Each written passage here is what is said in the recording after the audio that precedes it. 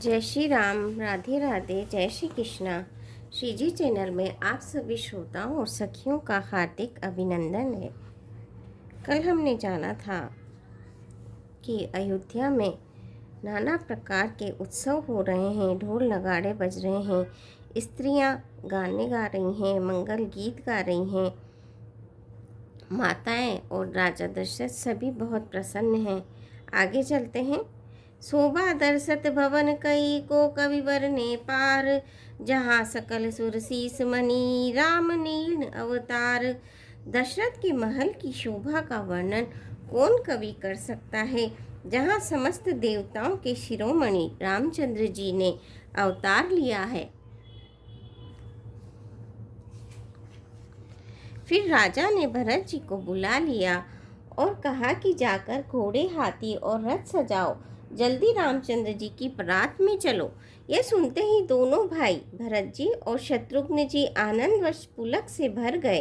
भरत जी ने सब साहनी घुड़साल के अध्यक्ष बुलाए और उन्हें घोड़ों को सजाने की आज्ञा दी। ये प्रसन्न होकर उठ दौड़े। उन्होंने रुचि के साथ यथा योग्य जी ने कसकर घोड़े सजाए।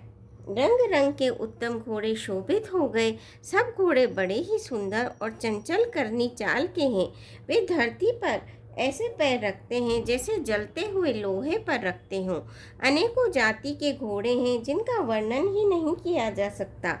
ऐसी तेज चाल है मानो हवा का निरादर करके उड़ना चाहते हैं। उन सब घोड़ों पर भरत जी के समान अवस्था वाले सब छेल छबीले राजकुमार सवार हुए। सभी सुंदर हैं और सब आभूषण धारण किए हुए हैं। उनके हाथों में बाण और धनुष है तथा कमर में भारी तरकस बंधे हैं। सभी चुने हुए छबीले छेल शूरवीर, चतुर और नवयुवक हैं। प्रत्येक सवार के साथ 2 पैदल सिपाही हैं जो तलवार चलाने की कला में बड़े ही निपुण हैं। शूरता का बना धारण किए हुए रणधीर वीर सब निकल कर नगर के बाहर आ खड़े हुए। वे चतुर अपने घोड़ों को तरह तरह की चालों से फेर रहे हैं और भेरी तथा नगाड़े की आवाज़ सुन सुनकर प्रसन्न हो रहे हैं।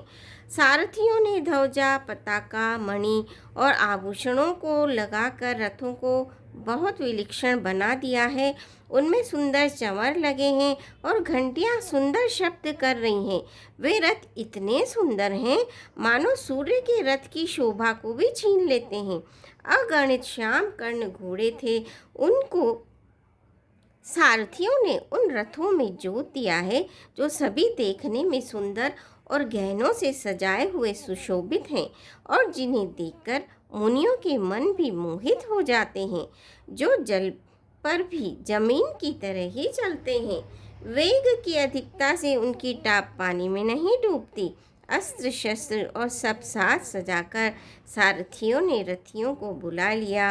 रथों पर चढ़ चढ़ कर बारात नगर के बाहर जुटने लगी। जो जिस काम के लिए जाता है सभी को सुंदर शकुन होते हैं। श्रेष्ठ हाथियों पर सुंदर अंबारियां पड़ी है। वे जिस प्रकार सजाई गई थी सो कहा नहीं जा सकता।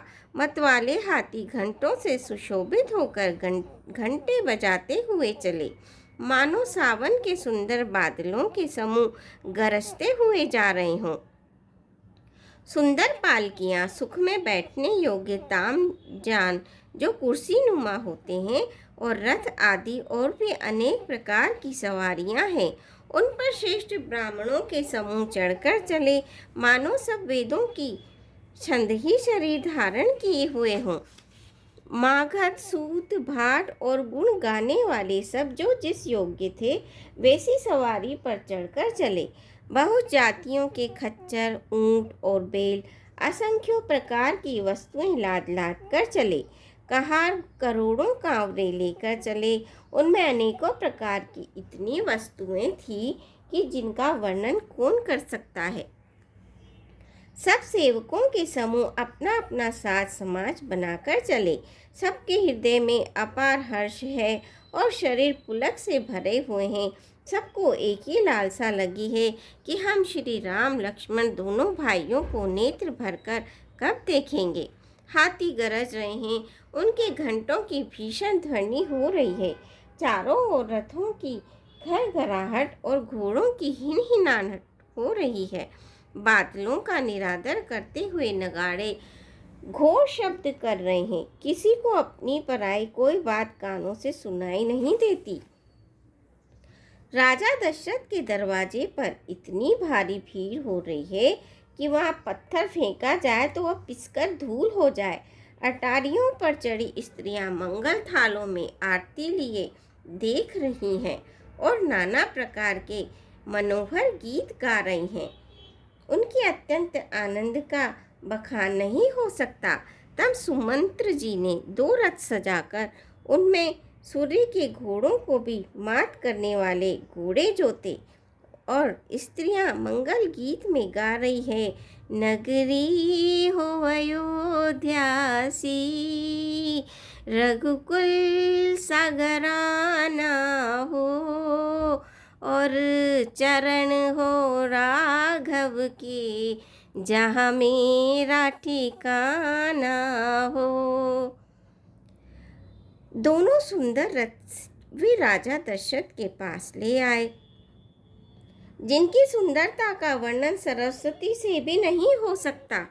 एक रथ पर राजसी सामान सजाया गया और दूसरा जो तेज का पुंज और अत्यंत ही शोभायमान था, उस सुंदर रथ पर राजा वशिष्ठ को हर्षपूर्वक चढ़ाकर फिर स्वयं शिव, गुरु, गौरी, पार्वती और गणेश जी का स्मरण करके दूसरे रथ पर चढ़े। वशिष्ठ जी के साथ जाते हुए राजा दशरथ कैसे सुशोभित हो रहे हैं, जैसे देव गुरु बृहस्पति जी के साथ इंद्र हो। वेद की विधि से और कुल की रीति के अनुसार सब कार्य करके तथा सबको सब प्रकार से सजे देखकर श्री रामचंद्र जी का स्मरण करके गुरु की आज्ञा पाकर पृथ्वीपति दशरथ जी शंख बजाकर चले।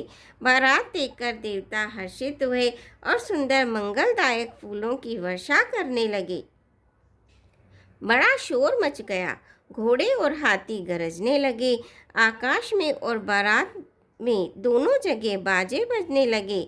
देवांगनाएं और मनुष्यों की स्त्रियां सुंदर मंगलगान करने लगी और रसीले राग से शहनाइयाँ बजने लगी। घंटे घंटियों की ध्वनि का वर्णन ही नहीं किया जा सकता। पैदल चलने वाले सेवक गण अथवा पट्टेबाज कसरत के खेल कर रहे हैं और फहरा रहे हैं। आकाश में ऊंचे उछलते हुए जा रहे हैं। हंसी करने में निपुण और सुंदर गाने में चतुर विदूषक मस्खरे तरह तरह के तमाशे कर रहे हैं। तुरग नचावई कुंवर बर, अकनि मृदंग निशान, नागर तट चित वही चकित, डगई न ताल बंधान। सियापति रामचंद्र की जय, पवन पुत्र हनुमान की जय। मंगल भवनीय मंगल हारी, दबौ सुदशरथ अजिर बिहारी। दीन दयाल विरद संभारी, हरऊ नाथ मम संकट भारी।